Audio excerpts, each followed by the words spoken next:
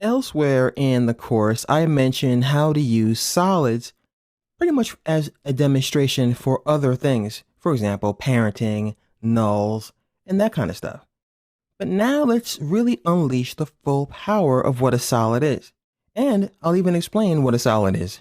So I'm going to go to my layer menu, choose new, solid.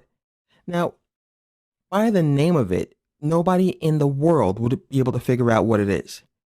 A solid is simply a container. It is something that you can do things with and to.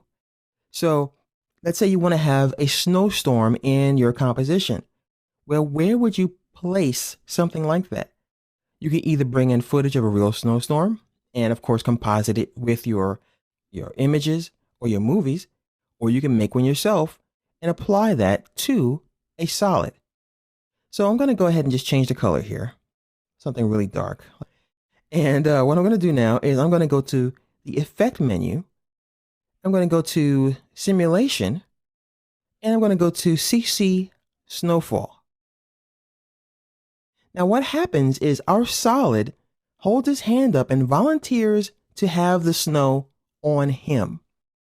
And what I'm going to do to make this a little easier to see is I'll just go ahead and increase the opacity here in the property for the snow effect.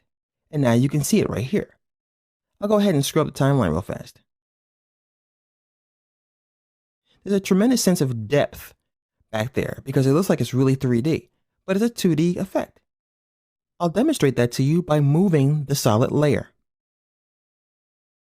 Nothing back there. So the snow, I'll go ahead and even scale it, lives completely in this thin sheet of paper called a solid or whatever it's going to be. So it could be a container, a box, however you need to think of it. You can do many, many different things to the solid as well, as you saw earlier with the layers lesson, where we can change the opacity. We can even change the blend mode. We can do all kinds of things so that if we have an image back here, we'll be able to see that. And don't worry, we do have a project that we're going to cover where we're going to do an ancient glacier scene using a snowstorm on a solid to really change the look and feel of some footage. So a solid, once again, can have effects applied to it. You can do all kinds of cool things to it, but you can even take it a step further, believe it or not. So I'm going to go ahead and delete this. All right, the effect that I have here by hitting delete. I can even, do some things like have this as a fade in and fade out effect, which I love doing. So let's say you have a movie playing and you want to have it fade from this black to the footage. Well, what I could do, of course, is twirl this guy open and I can animate the opacity.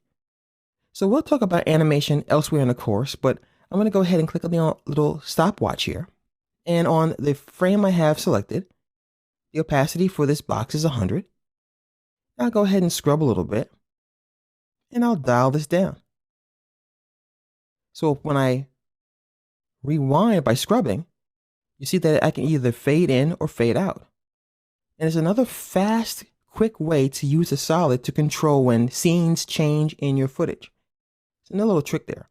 So once again, guys, that is a look at how to create a solid, what it is, and how useful they can be in your comps.